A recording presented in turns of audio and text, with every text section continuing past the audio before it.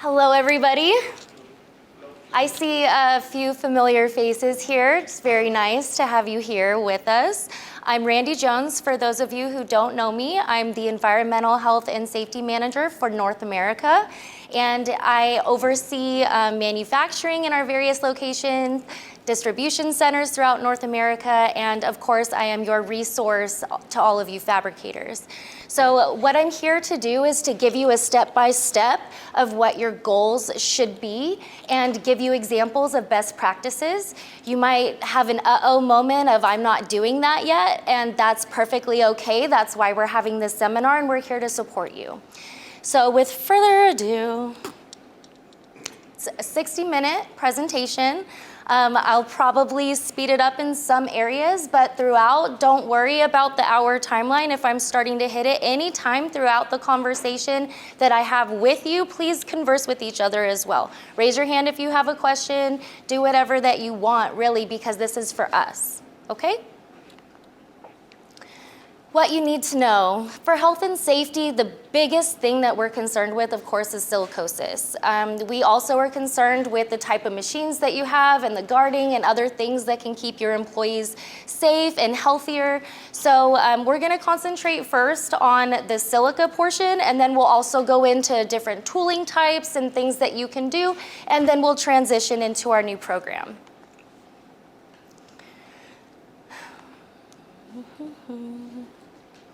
How many people have already done a silica test in your facility? Okay, that's wonderful, and some of you may have gotten your first results back and they were a little high. We're gonna go over the regulation and we're gonna give you ideas on how to drop those levels. And I will reiterate over and over again that having your silica test is probably one of the big threes that all of you should do so that you know where you are and what to do next. This one is very important because, yes, we want to make sure that you don't have any financial liabilities, but at the same time, some of you are from very large shops and some of you are from very small shops. And that means that these people that work with you are like family. And we want everyone to go home the same way that they came to work. So this is going to be something that kind of hits home for me. I really want everyone safe, not only you, but the people that you send home that work for you. It does also make you money, let's put it out there. As far as implementing any additional safety procedures and ideas that you think you should do, all that does is help you on the back end to avoid any issues with some of your employees. So if you can implement these safety practices in whatever format you decide is best for your shop, you will eventually get that ROI back very quickly from not having injuries and additional issues. Local regulation does require that you are within the limits that have been established as permissible exposure limits and action levels. So that's why your silica tests are very important so that we can identify where you are, what kind of equipment you should have, what kind of protective equipment for the employees, and so on. So today we're gonna talk about the risks. We're gonna concentrate on silica for sure. We'll go through the 7 steps and let you know how to get started. And then after my presentation, you will have another person that will come up and introduce another resource for you to access so that you have always the ability to continuously go back, check yourself, and improve. We'll go over the risks. Silica is actually naturally forming. It's not only in countertops that are made out of quartz, but it's also in marble, granite. It's naturally occurring in the environment. But our specific slabs and why they're so awesome is because they have a very high content. And with that, we need to make sure that in the fabrication process, everyone stays safe. These are the other that I just mentioned. I dropped porcelain, but right now with the NPR articles and everything, everyone's concentrating on countertops. But really, there's multiple locations that this agent could be. We're just the ones that are getting all the hype right now, so we want to stay ahead of that and make sure that we know what to do and how to respond. So we'll give you ways to give you ideas on how not to do anything dry, and also how to retrofit your current equipment and what other equipment is out there for you. Silicosis is, it can be fatal. It's, if it progresses quickly, it will be fatal. Silica dust that's generated gets into the lung tissue, and it creates, it's like mesothelioma and asbestos. It's the same thing. It scars your lung lining, and you could develop COPD. You can actually have other implications of your health, like renal failure. And I mean, it's not just the lungs that we're worried about. We're worried about the whole person, the whole body.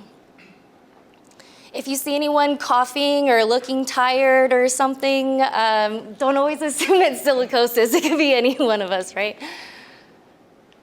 It is 100% preventable as long as we implement the best practices as far as ventilation, protective equipment, machinery.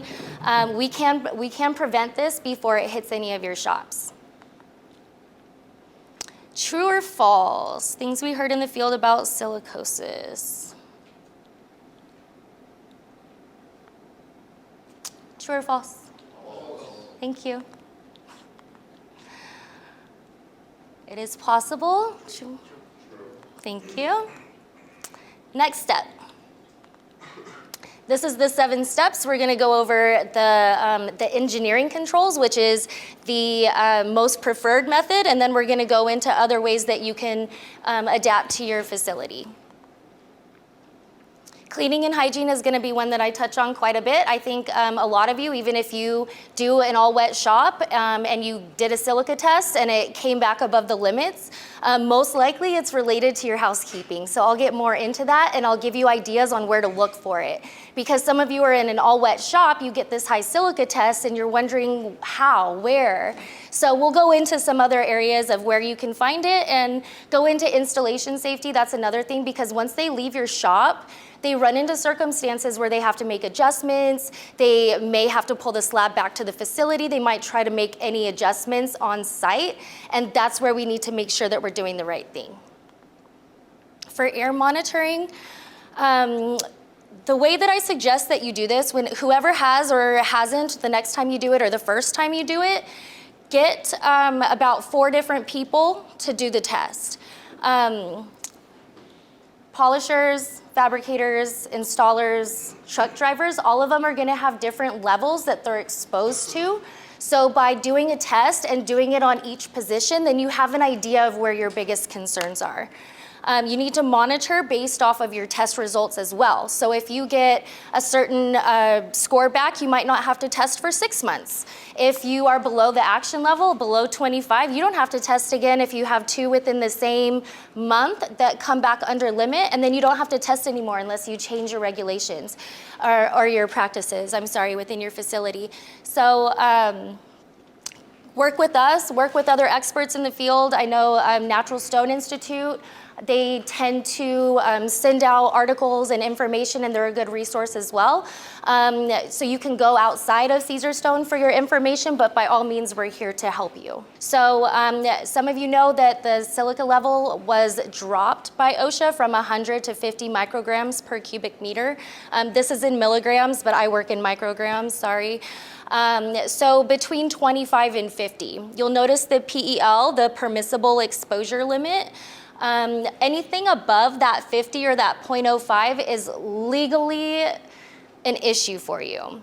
As you see the dots kind of drop down, the exposure control required, right below that is where your action level is. That's 25 micrograms per cubic meter.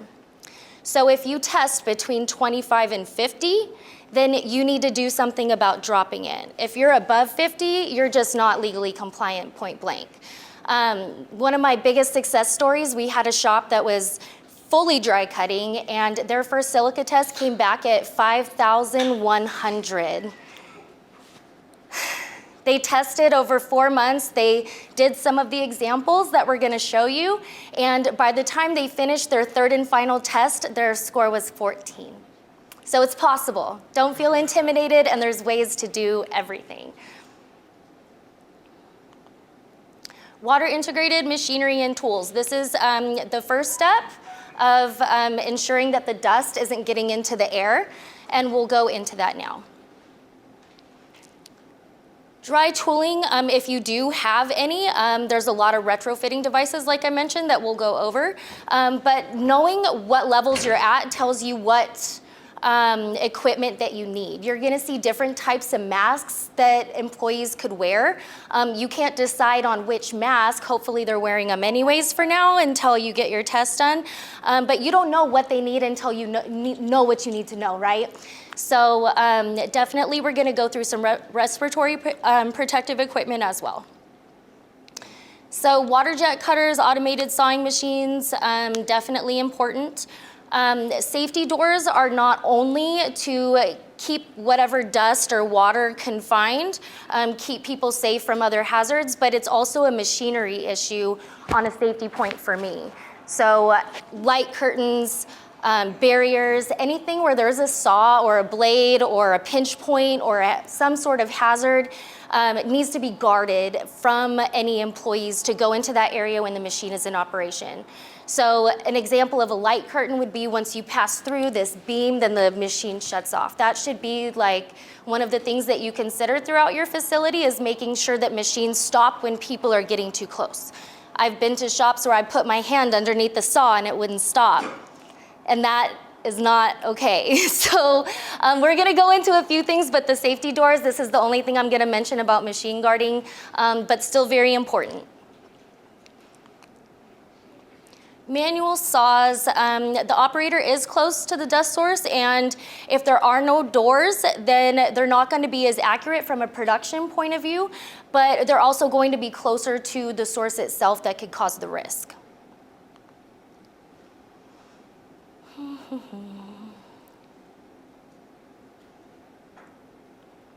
I'll let you read that one. Make sure you guys still pay attention. Okay, for ventilation, this one kind of can be intimidating to some of you because if you were to install ductwork like this, you look at it and you just see dollar signs, right? You're like, oh my gosh, I can't do that. But there's other things out there that will give you the same protection that don't cost as much. So general workspace ventilation, local exhaust, that could be comprised of different systems that exchange air. So they'll take it in, they'll filter it out, and there's an exchange rate. And if you do install something like this, then you need to talk to an engineer just to make sure it's correct. This I actually saw here at the expo down at Mandalay. This is an example of what it can do though.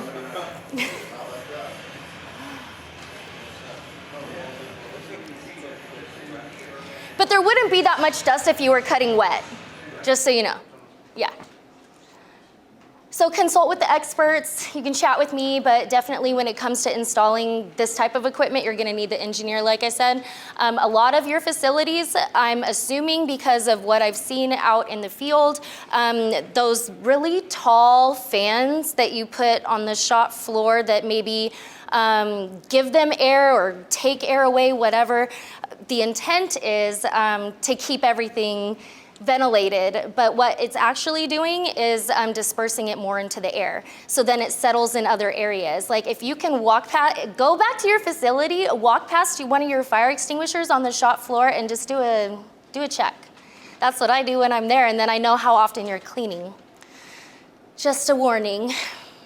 Personal protective equipment. So number 4 of 7. We want to talk about what they should be wearing. Let's start with what you know.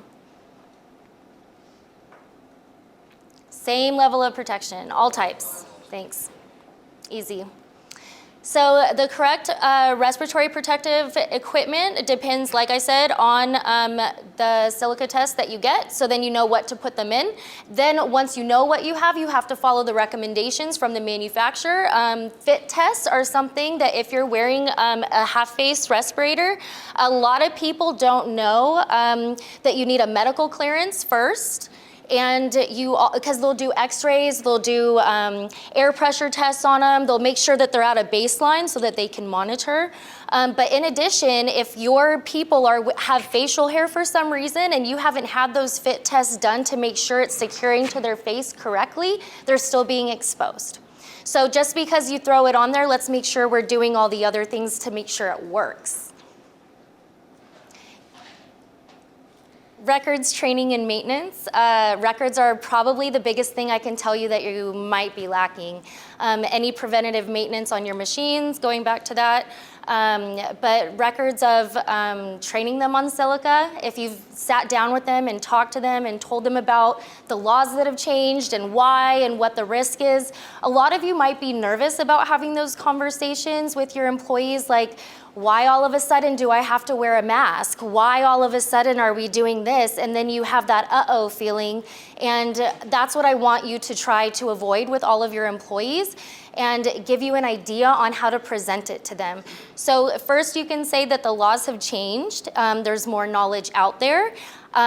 You have learned what you need to do about it and you want to keep them safe, and this is how. You can have a very chill conversation with your people and not make it a big dramatic event. Depends on how you come across with it, right? So the more knowledge you have, the easier it is to explain. The 3 types of masks. Does anyone have the one on the far end? I've never seen one in a shop myself. Mostly it's the first 2, right? How many of you have half faces at your facility? Quite a bit of you. And do all of you use disposables? Even with our own manufacturing facilities, distribution centers, whatever, it's still a people thing. They have to understand why they're doing it in order to buy in. Otherwise, you're just the one saying like, oh, you're not wearing this, you don't have your safety glasses on, you don't have that's fine, but why are they doing it in the first place? Probably because they don't get it. So that's something that we want to make sure that you record with your training, that you've told them, that you have a copy of this stuff and they sign off on it. That's going to cover you. So make sure you do that. When you use the half face, it all depends kind of on not only your levels, but how close you are to the actual working location. So the polishers, this one I understand, like a lot of the fabricators have come back with the paper masks on that and it's totally fine if it's wet. But you also have to do the test on the polisher to see what the level is first before you can verify. Are you with me? Okay. Do you have any questions yet? Okay, or any more I should say. So when to use a disposable, you can use it anytime you're doing water, anytime there's CNC. If it's water-based production, most likely that'll be okay. But it also goes back to your housekeeping once again, because you could have an all-wet shop and you could still be way up there. So that's why the knowledge is the power. You need to know where you are. For now, we recommend, until you do those things, if you haven't already, to use a P3 or N95 or higher. I prefer 99 or 100%. What that means is it's reducing the ambient air that's in their work environment by that much before they breathe it in. So the higher the percentage, the more protection they have. So the paper masks are not reusable. They're for one shift only. They need to be thrown away, and if they get wet, changed, because then they're not doing anything. The half-face respirators, it says 6 months, but you want to make sure that you're following the guidelines of the manufacturer where you purchased it from. And you also need to make sure that, is that the next slide? No, but I'll tell you anyways. You need to know where they're storing the masks. You need to have an area off of the floor where it can be contaminated. They need to be able to access their masks in a clean area, and they also need to know how to check them to make sure that they're going to be functional within that time frame of the manufacturer's recommendations. If you don't know your levels, that PAPR is that big backpack thing.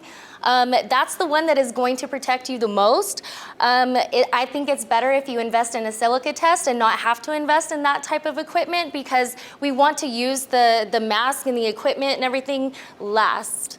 We want to implement the ventilation, we want to implement the housekeeping, we want to implement all of the wet tools. We want to make sure that maybe we can get to a level to where they don't need masks. If you're under 25, you don't even need to provide it. So your goal should be all of your engineering controls and things like that. Cleaning and hygiene, this is a big one. Using compressed air. When they, sometimes, slabs and floors, okay, yeah. Do we know why? Thank you. In addition, I'm not sure if it's later in the slide, I can't remember that, but I want to give you another health point on the compressed air. So you might see your employees with the air hose and they're spraying off their clothes.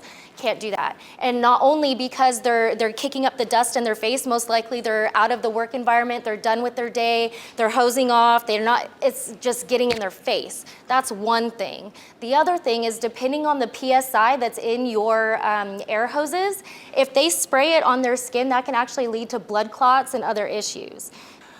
For cleaning, this is the big thing on the housekeeping. So slabs, floor, and equipment, hose it down. Don't sweep it up. Never clean with compressed air, cool, so we caught on to that one.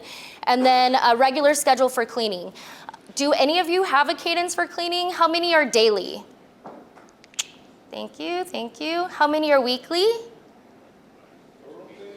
Monthly. I mean like a hose down. I'm not talking about cleaning up at the end of your day. I'm talking about like going through the shop and spraying everything down and cleaning it up. Cool. Cool. The more often the better, obviously, but as long as you're doing it on a cadence, it depends on the environment that you have, on how often you would have to do it, but I definitely recommend like weekly at least. But that's just an assumption based off of just general conditions that I've seen in the field. Work clothes we already talked about. Different ideas, lockers, laundry, all of that we covered. Eating, okay, so there had been a location that had their break room in the center of the shop floor. So not only do you breathe in, but you can also ingest it.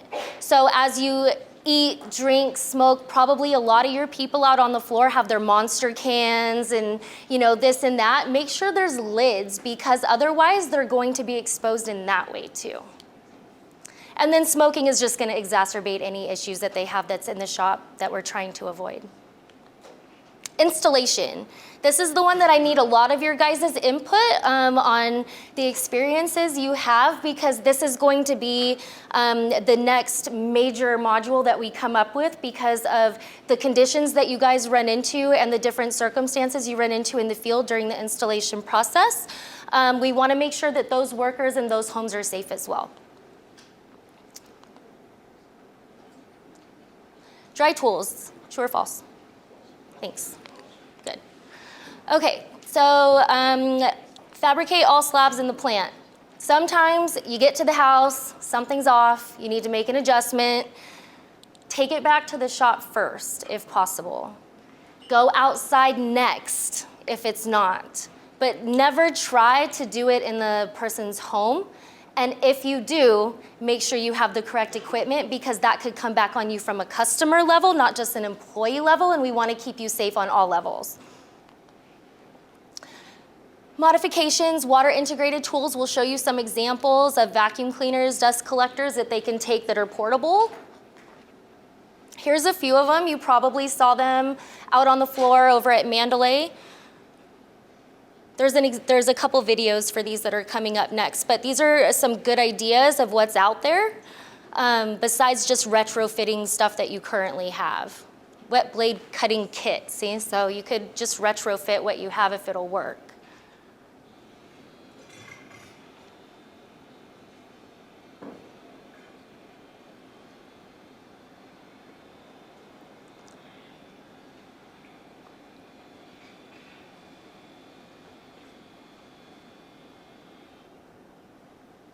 I didn't see any dust there, so it must really work.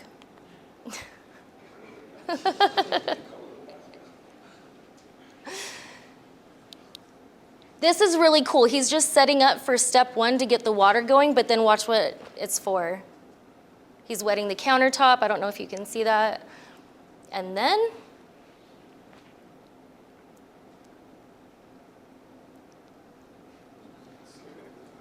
I think that is pretty cool. Because it moved. Well, I'm not saying that guy's a professional. He's just the guy that's on, doing. Yeah. Yeah. But that's a good example if you can't take it out of the home for something, because those homeowners are watching you They want to know what's going on. Dust collection. So on top of keeping everything wet, there's also the portable, this one is the video that's coming up next, but there are ventilation ways to keep the dust out while you're off site. This one, that's exciting for safety people. Anybody want pictures of this one? Okay.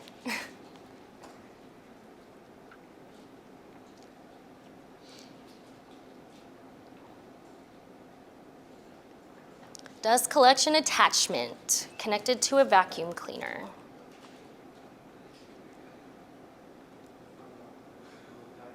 It's a little dust there, might not be wet, I would prefer that, but pretty good on the vacuuming. So once they're in the customer's home, the part where they're watching you, what they're going to expect and the best way, even if they don't know what they think they know, just doing these things will make them feel more confident that they won't have any risk, because with NPR and everything out there, everyone is a little misinformed on where the hazard is and how it happens. So we definitely aren't going to be generating dust, but that doesn't, hopefully, but that doesn't mean that we're not going to shut down the ventilation, close it off with plastic, make sure everything is covered so that you take all that back out and it's not hitting their HVAC systems. So do all of you do that already? Kind of? Okay. Make sure your peeps do it too. Yeah. Other procedures. For training, health and safety, regular training sessions, if you have over 25 or 50 employees, it depends on your state, you're required to have quarterly safety meetings. So hopefully you guys do that and you keep attendance of who's there, and it's a conversation. It's not just management, it's everybody that can give some input on, hey, I noticed this, can we do something about this? Make safety a conversation, don't make it a smackdown. Medical surveillance, so that's more on the half-face respirators, the pre-surveillance screening that they have before they get that, and then it'll continue as well. So the pulmonary function test, look at the history, because maybe the shop where you are isn't the first place they've been. Maybe they probably did come from another shop and another shop and another shop. So doing your due diligence will just protect you in the long run. How to get started. So this is the picture one. Make sure you have all these things and you're on your best way to success with being within regulation and possibly even well below to where you don't need that PPE for everyone. And you don't, and this is mostly based off of the protective equipment, the ventilation, and the wet tools. So those are your biggest things to control the dust besides just your housekeeping in general. You'd be surprised how many people have all of this, and literally their housekeeping is why they're getting high tests. All set? Okay. So as we said, I'm here to help. You also have other people that you can reach out to, I'm sure, that whoever's been filling you in on regulations and things that have been happening. But please, by all means, we're here as a resource. We know everything kind of falls on you, and we know that you might not always have a person to call that's internal that can give you advice, that it stays between us and confidential, and that's what we want to provide for you. So the Fabricator website, Oded, thank you for making this. He's going to go into it in a little bit on how all of this works, unless I passed into yours. No. Okay. Okay, so we have a good practice guide on health hazards, and this presentation will be accessible to you guys in some way. We'll find out how in a minute. And then just to let you know, everyone knows what an SDS is, right? Safety data sheets. Okay, so Caesarstone has a new one for our slabs, so make sure you pay attention to that and you're following all of the recommendations.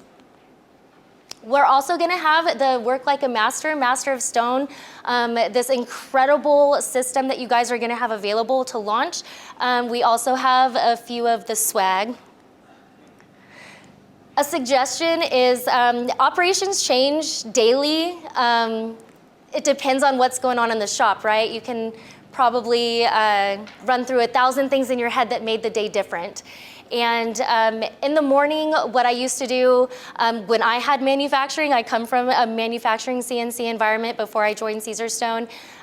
Every morning, what's going on, what's your production, because your production affects the safety. And the faster they feel like they have to move, the more likely they are to get injured. So let's have a plan, let's talk about any concerns. Hey, there's a hose that has a hole in it down here. That's the time for them to bring it up, besides like the bigger things that you're gonna attack in your safety committee meetings that you guys will have. So in summary, I think this is a video.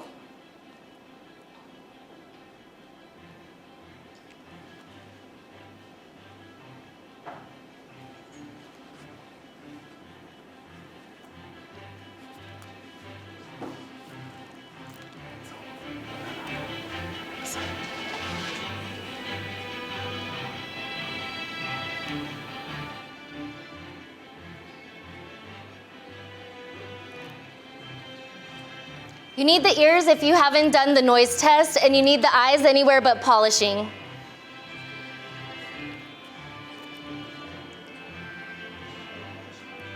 Make doors, barriers, something. Make sure they can't get in there.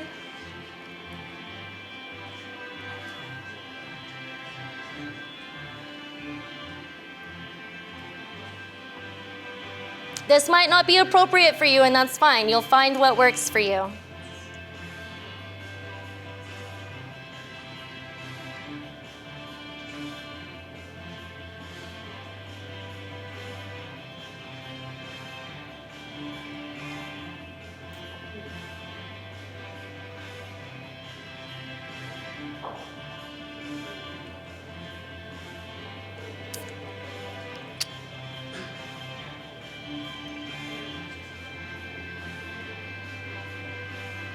Short summary, consult with occupational.